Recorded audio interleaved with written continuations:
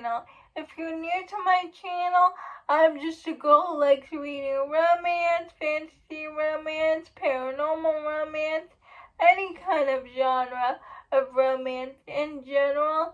And I also happen to have cerebral palsy, and it would mean the world to me if you would subscribe to my channel.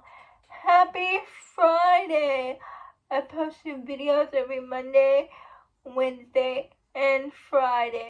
I thought it would be a fun idea to rank Jescie Hall's books because I read Green Light by Jescie Hall that came out on Tuesday. I couldn't put it down and I finished it. So I have read all of Jessie Hall's books that she's put out so far. I've read Hawke, Kid, That's Sick Love, Canary Cowards, and now I've read Green Light. Before we start with the ranking, I would just like to say I started reading Jescie Hall because of Cheyenne from That Tall Book Girl. She's one of the first person I saw recommending Jescie Hall, and so when Cheyenne talked about her, I started reading her. I think Cheyenne's favorite book by Jescie Hall is Hawke. In fifth place, Kid. Kid is about side characters from Hawke. Kid is Hawke's best friend, and Johanna, the heroine, is Nicole's older sister. Now, Kid and Nicole, Kid's real name is Kai. Kid and Nicole both do drugs and drink alcohol for different reasons to numb the pain. A Kid came from a very abusive household. His father was very abusive, and the only way he knew how to numb the pain was turn to drugs. Johanna turns to using because her mother committed suicide, and she has never been able to get over that for certain reasons, and she has this fascination with death. Kid sees the broken pieces Johanna hides from everyone, and he is attracted to her because of he shares a similar darkness. But Kid, when Johanna enters his life, Kid starts to change. But Johanna cannot commit to people. She just leaves. She doesn't stay in one place too long. But her interactions with Kid kind of force her to stay. And Kid's presence in her life forces Johanna to be honest with her family. By the way, Jescie Hall is a dark romance author. Please check your trigger warnings. Johanna and Kid made each other better and wanted to get better for each other. They both have broken pieces, but their broken pieces fit together. Fourth place, we have That Sick Love.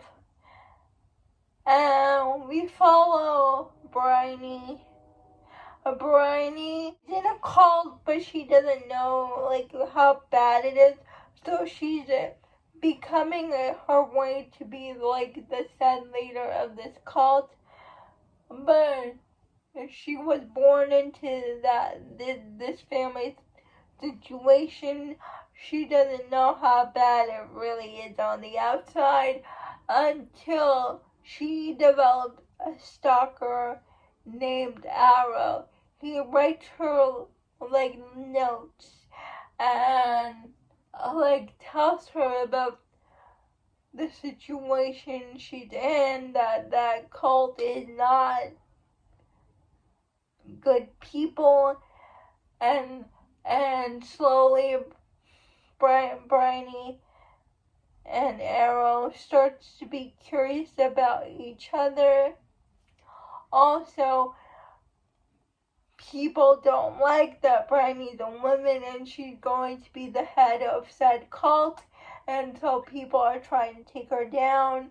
Bryony is trying to learn what's really going on in her surroundings, and as Arrow starts, he becomes more and more obsessive towards her, and it's their romance. In third place,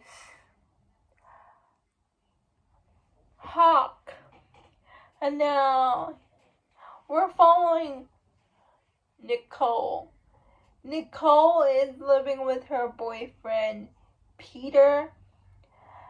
And one day Peter says, like, his friend is getting out of jail, and who is an ex-con, he's getting out of jail and he's gonna live with us.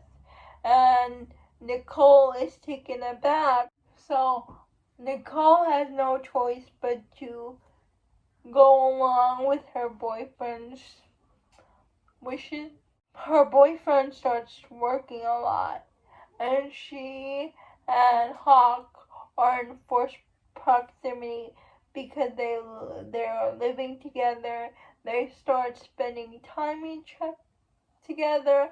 Eventually, an attraction forms, like a physical attraction. They try to deny their feelings, but since they're spending all this time together, they're realizing that they have a lot more in common than they thought. And those physical attractions turn to romantic feelings, and they cannot deny their feelings toward each other anymore. So they start an affair. But I was on board with it because I did not like the boyfriend. My second place is Canary Cowards, and this is the only non-dark romance on this list, and it's a football romance, and we follow Lake and Dylan.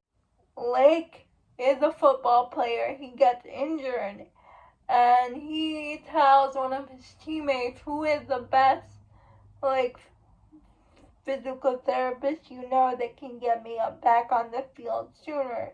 So he goes to this gym for this physical therapist named Dylan.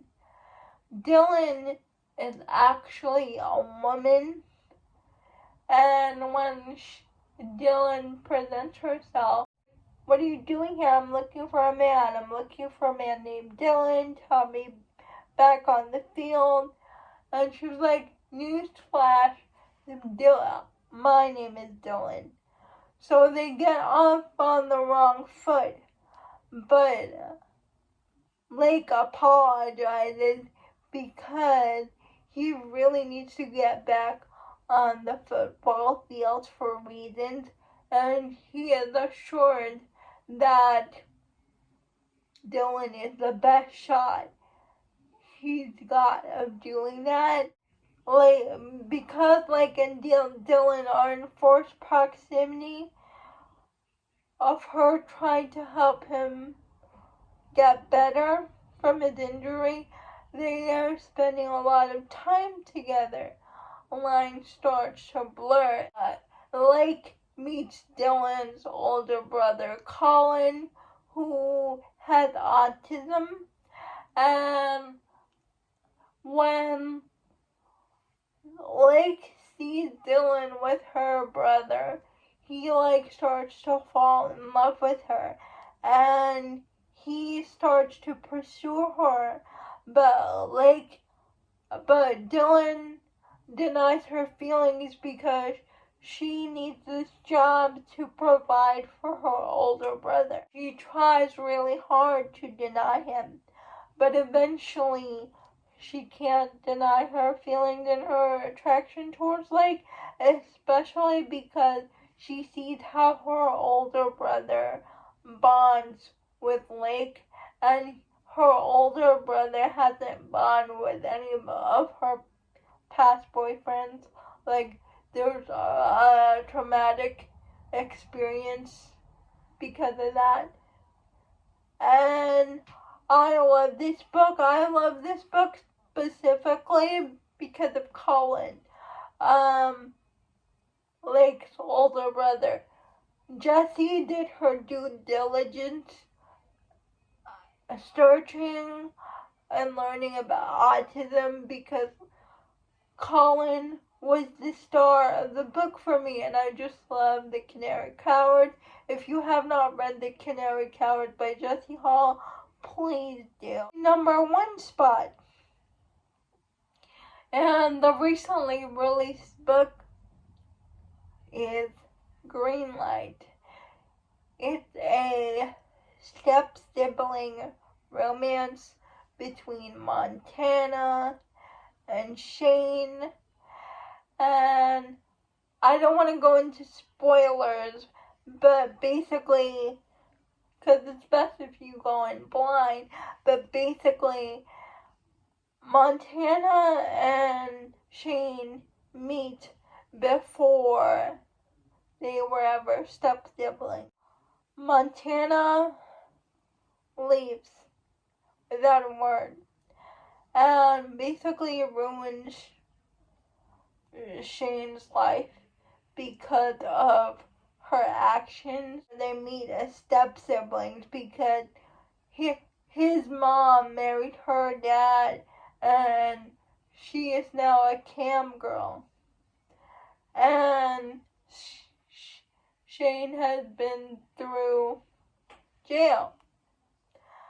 And so whatever Montana is plotting, Shane makes it his mission to thwart her plans because he wanted to get revenge on Montana for the things she did before. Shane won't stop until Montana is equally ruined.